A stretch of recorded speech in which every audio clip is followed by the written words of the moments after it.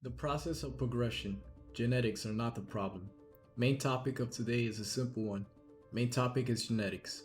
How much of genetics play a part, and does it really matter? Is there such a thing as a skill ceiling? Genetics do play a part in how well you perform in a certain skill, but it's not everything. Sparky's philosophy on this is that it gives you a good head start, but not necessarily a better finish.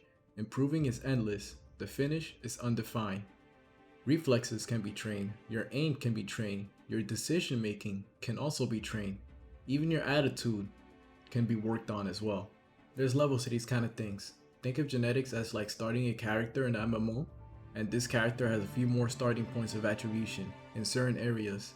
You might think that's unfair, but when you look at other characters that may have less points to start with, but in other areas, that character might actually even be one-upping a more genetically gifted character.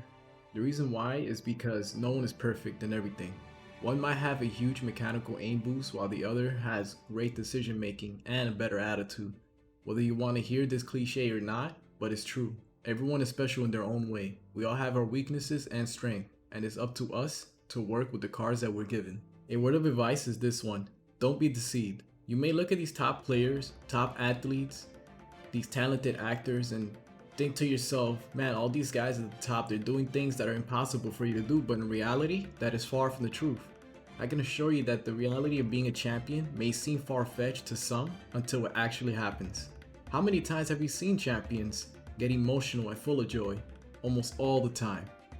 Why? Because it's not an easy task. Genetics can only carry you for so long. It's up to you, the individual, to work hard and progress and do things that back then you would have thought to yourself was impossible, far-fetched. Are you kidding me? This guy is going to single-handedly change the point back over to He's going to kill everybody. Whoa!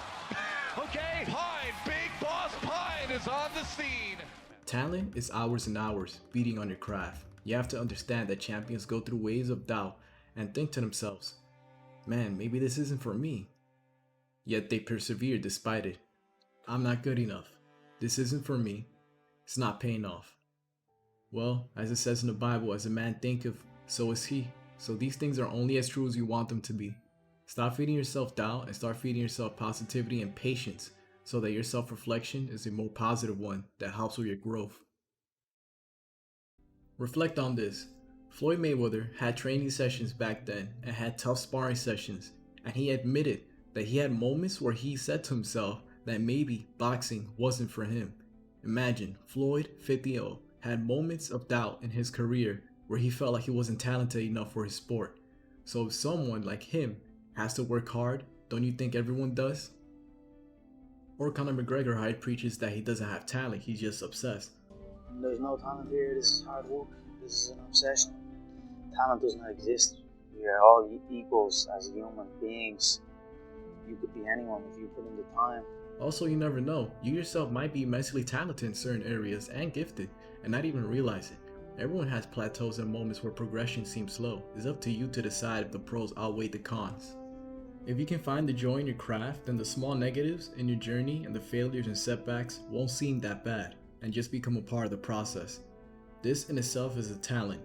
It's called patience, a key component to growth in any skill that in today's day and age where everything is fast has been forgotten. Here's another analogy.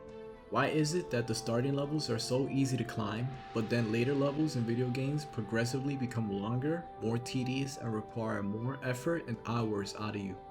That's because the new gains are gone and the progression is starting to slow down. Now this is where the real grind begins. And at this point, more patience, more hours, and more effort is required out of you in order for you to improve and progress. Think of it like this. There's some people out there that are more genetically talented than you, but they drop out before you do. So that means that even with average genetics, you can still be great. Because not everybody's putting in the same effort to be great. In real life, there is no max level. It's endless, and it goes as far as you want to go. Play your cards right, build patience, and start donning that champion mentality. So the answer to the question, how much does genetic play a part? Only as much as you want it to. You construct your own reality in this matrix, and you only limit yourself.